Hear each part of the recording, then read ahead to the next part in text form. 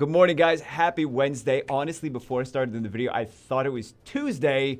My brain has been so fried this week from all the craziness that I have no idea what day it is. So, and I don't think I did a video yesterday, did I? Sorry for not doing a video yesterday. It's been a crazy week, though. I got other channels, too. I got like 6 on... How many other channels do I have? 5? 6? I have other channels. That's all I'm trying to say. Let me give you guys a recap. I made some judgment calls. It turned out to be fantastic judgment calls on Monday morning pre-market, and then when the market opened, made some judgment calls. Glad I did.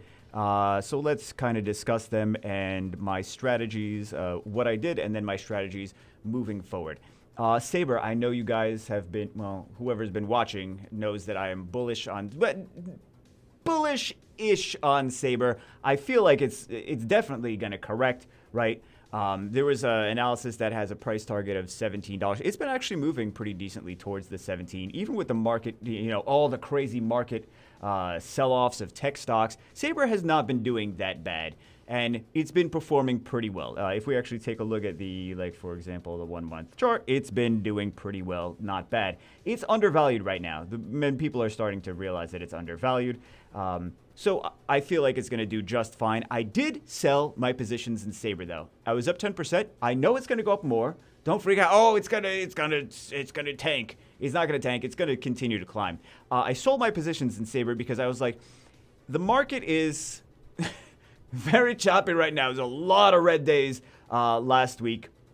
I don't know how fast Saber is going to go up and how soon. And the upside is not that crazy. I was looking at, and you know I've been bullish on GameStop too, because I know what's coming. I am very confident that I know what's coming. The technicals at this point in GameStop are indicative of crazy things coming, right? You know, could be wrong. It's a very risky play, but I feel very confident about GameStop, and I'm willing to take the risks. Saber is much less of a risk.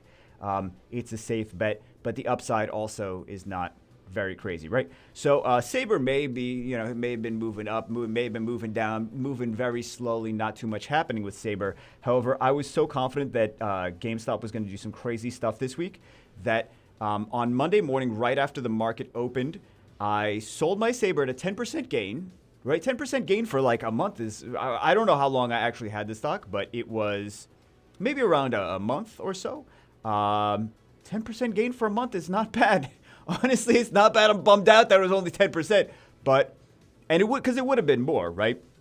But I took that, it was over $10,000 that I had in Saber. So I took the that plus the 10% gain, and I rolled it all back over into GameStop at market open on Monday. At market open on Monday. Do you know how much GameStop has gone up this week? I made almost 100% return on that investment.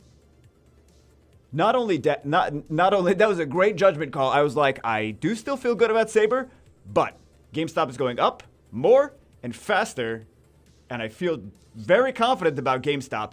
I'm going to switch it over to, and I'm actually hoping that after the GameStop, everything is done with GameStop, that I can, if Saber's in a good spot, I'll put the money back into Saber. I'll just put like significantly more money back into Saber, and then it will continue to climb. It depends. If it's like at, you know, $19, $20 at the time, you know, after I'm done with GameStop, then, because, yeah, I know we're all diamond handing on GameStop, but eventually there's going to be a point where we sell, right? I'm not saying like today, I'm saying eventually we will sell and then have lots of money. Although there's lots of money already in the portfolio from GameStop. So that's always a good start. So yeah, I took the initial investment of $10,000 plus all the gains from Saber, rolled it over into GameStop, made 100% on that so far this week. And if Saber is still at like around this price when GameStop is all said and done, then I will reinvest that. Maybe not all of it, but I'll reinvest you know, significantly more back into Saber because I still feel good about Saber. So let's talk about GameStop. Oh my God. In addition to, it was actually almost $300 pre-market. It was like $295 or something like that. absolutely insane how much this is going up, how fast this is going up. So many people are like, that's not possible. Like, well, it is possible because it's happening, but it's not. It shouldn't be possible. It's going to go to $10. Okay, but I mean, even if you look at the technical analysis, it's going to continue. The trend is going to continue to go up until something stops it. That's kind of the thing with GameStop. That's what we have to worry about, is if there's going to be something that comes in and stops it, does the government step in? Highly unlikely that the government steps in for several reasons. It would have to be like the first time Robinhood shut down trading, and that kind of started the domino effect of it falling, right? Because it would have kept climbing at that point.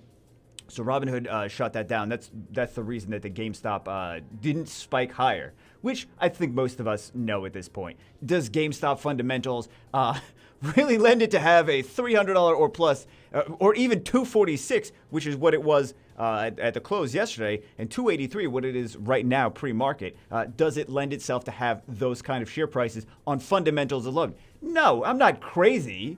I mean, I am crazy, but I'm not saying that it actually is $283 on fundamentals alone. But a lot of stuff in the stock market right now is not trading on fundamentals. It's trading on like what the perceived value of these things is. And the perceived value continues to climb for GameStop based on a lot of things, including short interest. And there's been a lot of stuff regarding hiding shorts and continuing to short, and the short interest being actually significantly higher than is actually displayed, based on hedge funds really hiding the shorts very well and like doubling down. And now it's not looking good for them. That's to put it lightly. Another thing with GameStop though is if you're looking for a big, I mean, of course, anyone in GameStop is looking for a big squeeze.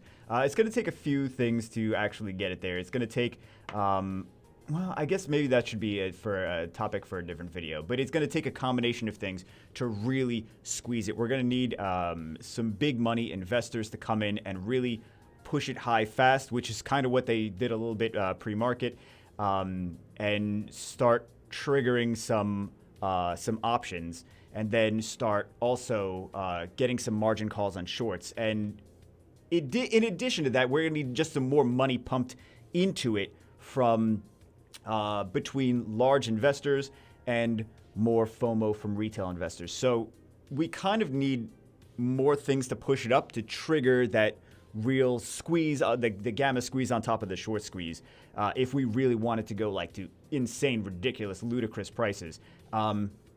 Does that happen? Only time will tell, right? If it does, it's going to be really good. And in addition to that, I did also, so that's been great so far, right? I had my initial investment in GameStop. I added more to it from the Saber. It's been doing phenomenally.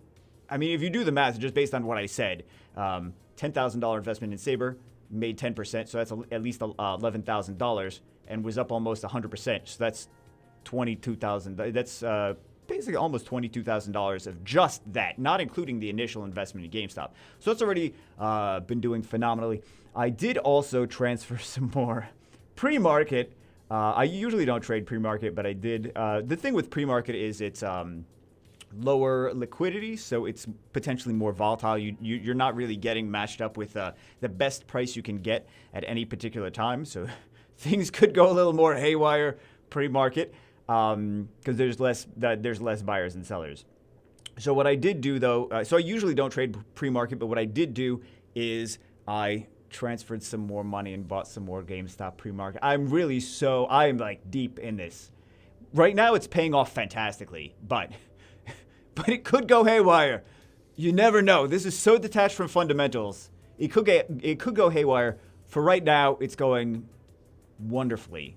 I think back to the people that were like, I did an initial video a couple, I don't know, like a week ago or whatever. I was like, I was up $20,000 and I didn't sell. And people were like, "You're stupid." I'm like, we'll see. We'll see how stupid. I mean, I am, a little crazy sometimes. But right now it's looking like that was not very stupid. That was actually pretty smart. And only time will tell for what happens in the future. So let's say that GameStop does go pretty quick. I mean, either way, I'm gonna sell GameStop at a gain, right? Again, not anytime soon. I will let the trend and the technical analysis and the data tell me when the perfect time to sell. We're not going to get the perfect time, right? Most of us are not going to get the perfect time to sell GameStop.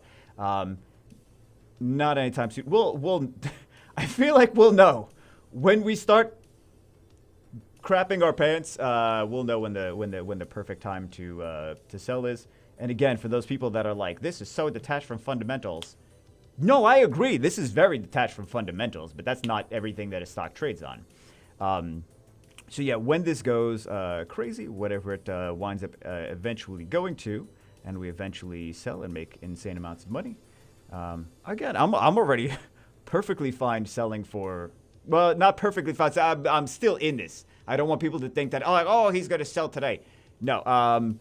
If this is all that I get, I'm fine with this. I mean, I'm already happy, right?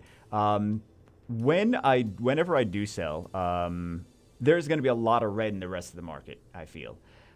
As we've seen an indication of last week, there's going to be more red days. I'm hoping to pick up, this is the stock that I really, really, really love. I'm hoping to pick up some Square at a price between, I'm hoping for like between 200 and 220. I mean, we'll see. Maybe I already have some Square.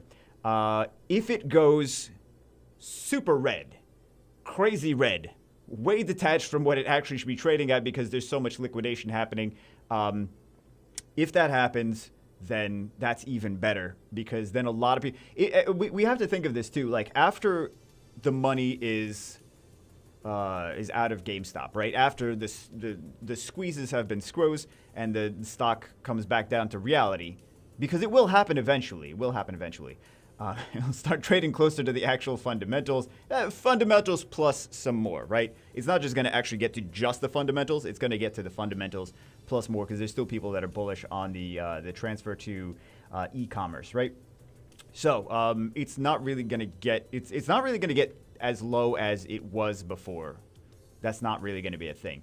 When it comes down, though, there's going to be a lot of people that made money on GameStop, and we have to think about. Just think rationally. All these people that made money in GameStop, what are they going to turn around and do with it? Are they going to spend money? Are they going to reinvest? What are they going to reinvest in? They may reinvest in things like Tesla. They may reinvest in things like Square. Personally, I'm very bullish on Square. I like what they're doing. Maybe there's a topic for a whole different video of talking about all the things that I love about Square in the future, because it's not just Square. Initially was just a little the little square icon that you plug into your phone, and you can accept credit cards from like your phone by like swiping the credit cards in the little square. That was initially. It's become so much more than that. Some things I agree with and I think are fantastic. Some things I don't agree with and I don't understand. Like the Tidal. Square has a majority stake in Tidal now, which is a music streaming program. I don't understand that. Maybe Jack Dorsey understands. I'm sure he understands why he did that. I have no idea. He's got it. There's got to be some like 5,000 IQ reason for it that we're going to find out later. He seems to think so, and he's a smart guy, so I'm kind of just trusting that he knows what he's doing. The rest of the stuff that Square is doing, there's some really smart stuff, really smart long-term things. Potentially Square can shake up. They're already kind of shaking up the finance market, but potentially they're going to flip it on its head and be a massive powerhouse. I love Square. I love the company.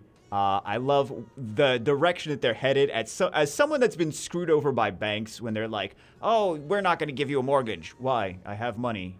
I have a job. I have 2 jobs. I have 3 jobs. I was racking up so many jobs at one point just to try to get a proof for mortgage. And they're like, no, this is not correct. This is not correct. I'm like, what do you want from me? We want you to be a doctor. Like, I don't know what you want, right?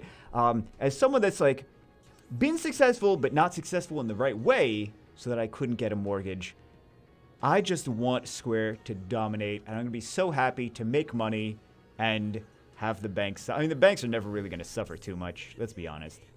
They're never really going to suffer too much. But I'm so bullish on this company.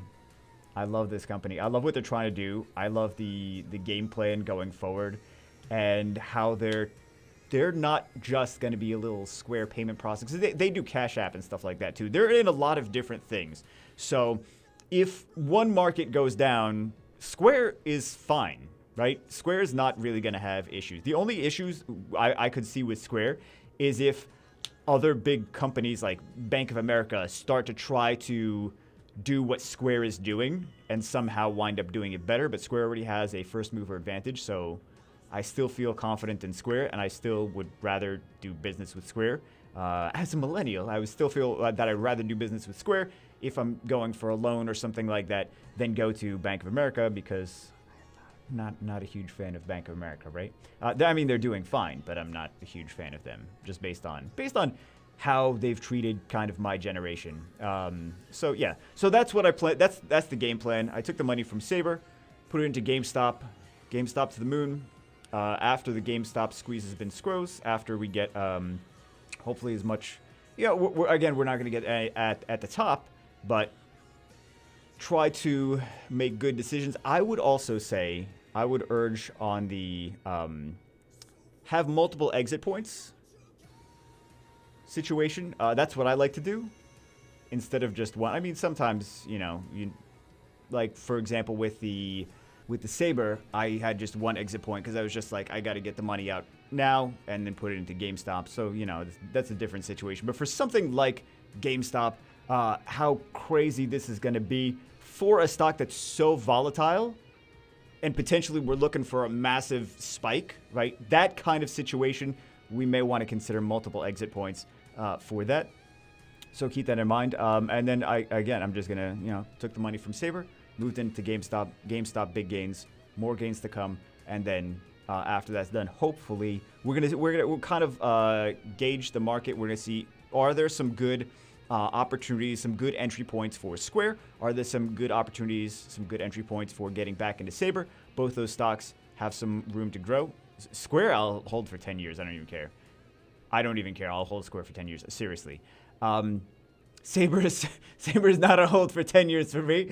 But yeah, looking for entry points for those, not trying to buy too high, but those should be at a deep discount if and when the GameStop thing goes to the moon. So anyway, that's my strategy. And then hopefully, double or 5x or something over the course of time, any gains that we have from that. But anyway, that's it for this one for me. I know I talked too much. Sorry about that. But just wanted to give you guys some input going forward. But also think about, it's not like about just Square. Think about like what people are going to be investing in and try to be in that before they are. Like after GameStop craziness happens, where's that money going?